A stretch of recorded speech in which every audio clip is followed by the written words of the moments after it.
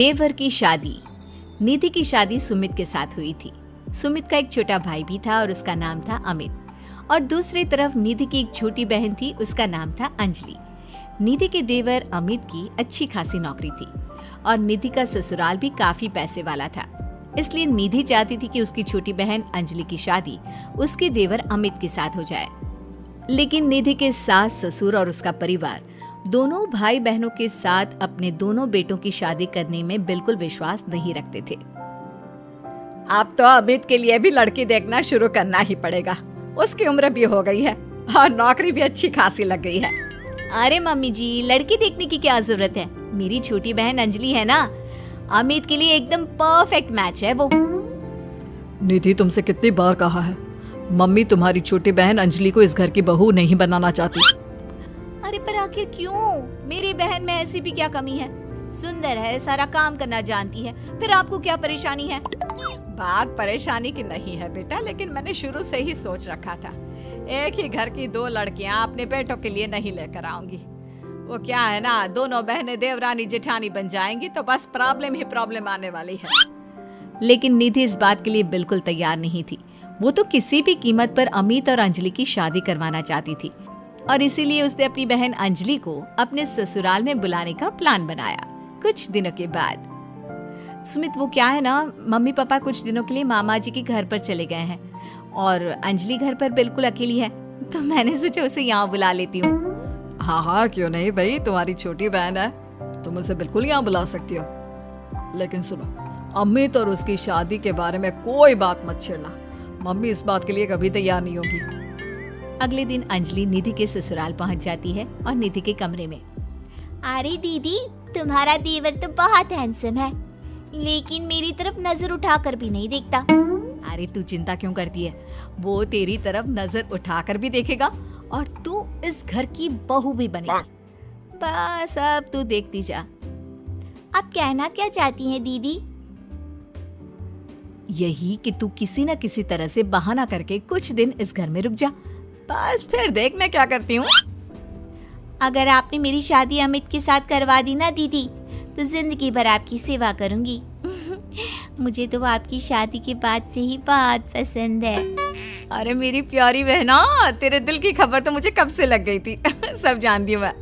बस अब चिंता मत करियो और जैसा मैं कहती हूँ वैसा करती जाओ। अगले दिन देख अंजलि, थोड़ी देर बाद मेरी सास बाथरूम से नहा कर निकलेगी, तो बाथरूम के दरवाजे पर थोड़ा सा पानी गिरा दे। ये क्या कह रही हो दीदी? आपकी सास गिर गई तो उसे चोट लग जाएगी और आपके लिए मुसीबत हो जाएगी। अरे पागल, जैसे ही वो गिरने लगे तो झट से जाकर उसे संभाल लेना। देख, मेरी सास के दिल में अब तुझे जगह बनानी है। इस घर की बहू बनना है या नहीं? हाँ दीदी, वो बात तो सही है। ठीक है, मैं चुपचाप जाकर बाथरूम के दरवाजे पर पानी गिरा कर आती हूँ। कुछ देर बाद सास जैसे ही गिरने लगती है, अंजलि वहाँ पर पहुँच जाती है। हे भगवान, अभी मैं गिर जाती तो मेरे हाथ पैर टूट जाते। अरे भगवान भला करे, तुमने मेरी जान बचा ली। मैंने कहा था ना मम्मी जी, मेरी बहन बहुत अच्छी है, सबकी मदद करती है। हाँ, बात तो तुम्हारी सही है अंजलि बेटा, भगवान तुम्हारा भला करे। आज तुम्हारी वजह से मैं तो मरते मरते बच गई। थैंक यू अंजलि, तुमने मम्मी को गिराने से बचा लिया। अरे वाह दीदी, आज तो तुम्हारी ट्रिक काम कर गई। बस अब जैसा मैं कहती हूँ वैसा ही करती जाओ। देखना कुछ ही दिनों में मम्मी जी खुद आगे चलकर अपने बेटे के लिए तुम्हारा रिश्ता मुझसे मांगेंगी। कुछ दिनों के बाद देख अंजलि, अब हमें अपना अगला प्लान कामयाब करना है। क्या प्लान है दीदी? आप तो बस बता दो, जैसा आप कहेंगी मैं वैसा ही करूंगी। देख, मेरी सास को ना अजवाइन से एलर्जी है। मैं आज सब्जी में जानबूझकर अजवाइन डाल दूंगी। लेकिन दीदी, उससे तो आपकी सास की तबीयत खराब हो जाएगी। अरे मेरी बात तो सुन, अजवाइन खाने के बाद अगर मेरी सास को थोड़ा सा 1 चम्मच शहद दे दिया जाए तो उनकी तबीयत ठीक हो जाती है। और ये नुस्खा मुझे पता है, ये बात मेरी सास को भी नहीं पता। जैसे ही वो अजवाइन वाली सब्जी खाएं, जल्दी से जाकर शहद ले आना।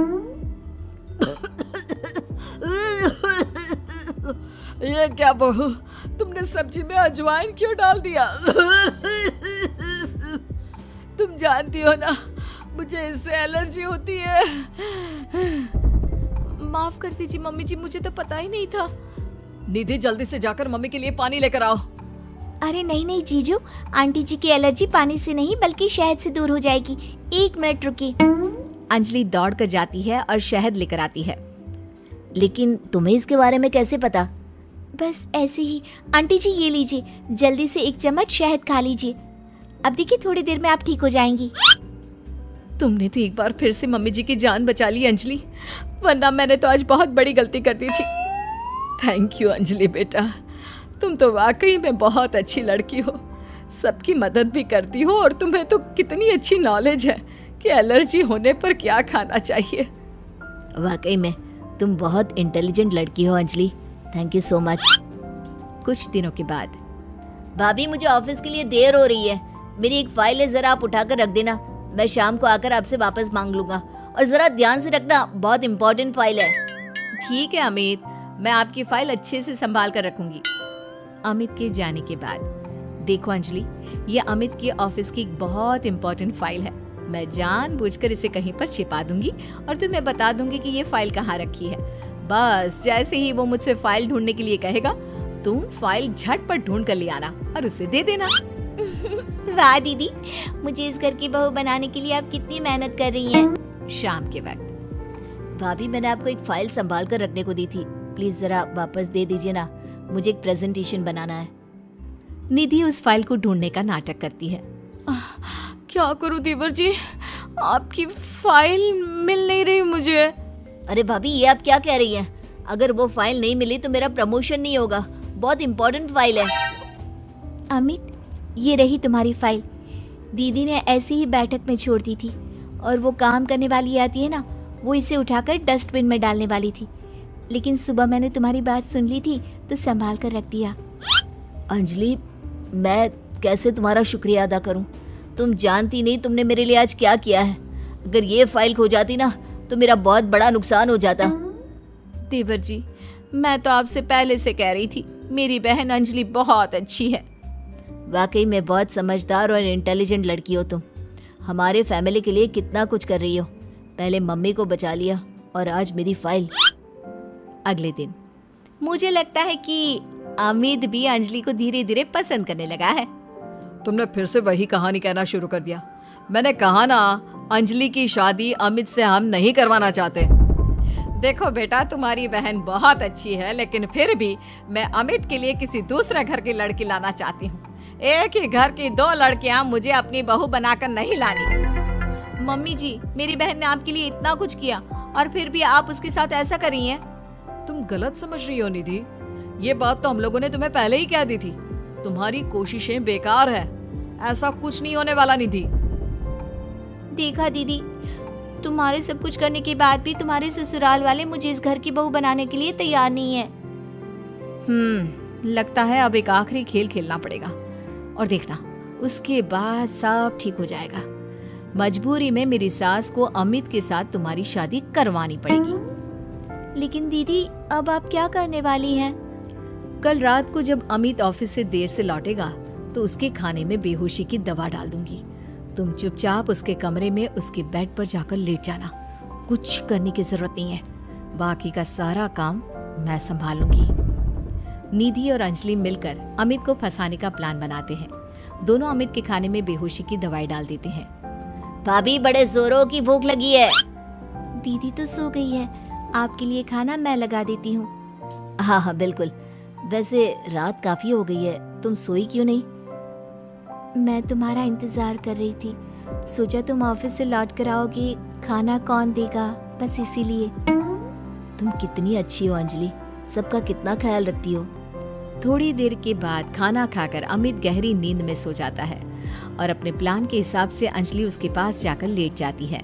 अगली सुबह, मम्मी जी ये देखिए, अमित मेरी बहन अंजलि से कितना प्यार करता है, और कल रात को तो उन दोनों के बीच क्या बताऊं, वो सब हो गया जो नहीं होना चाहिए था।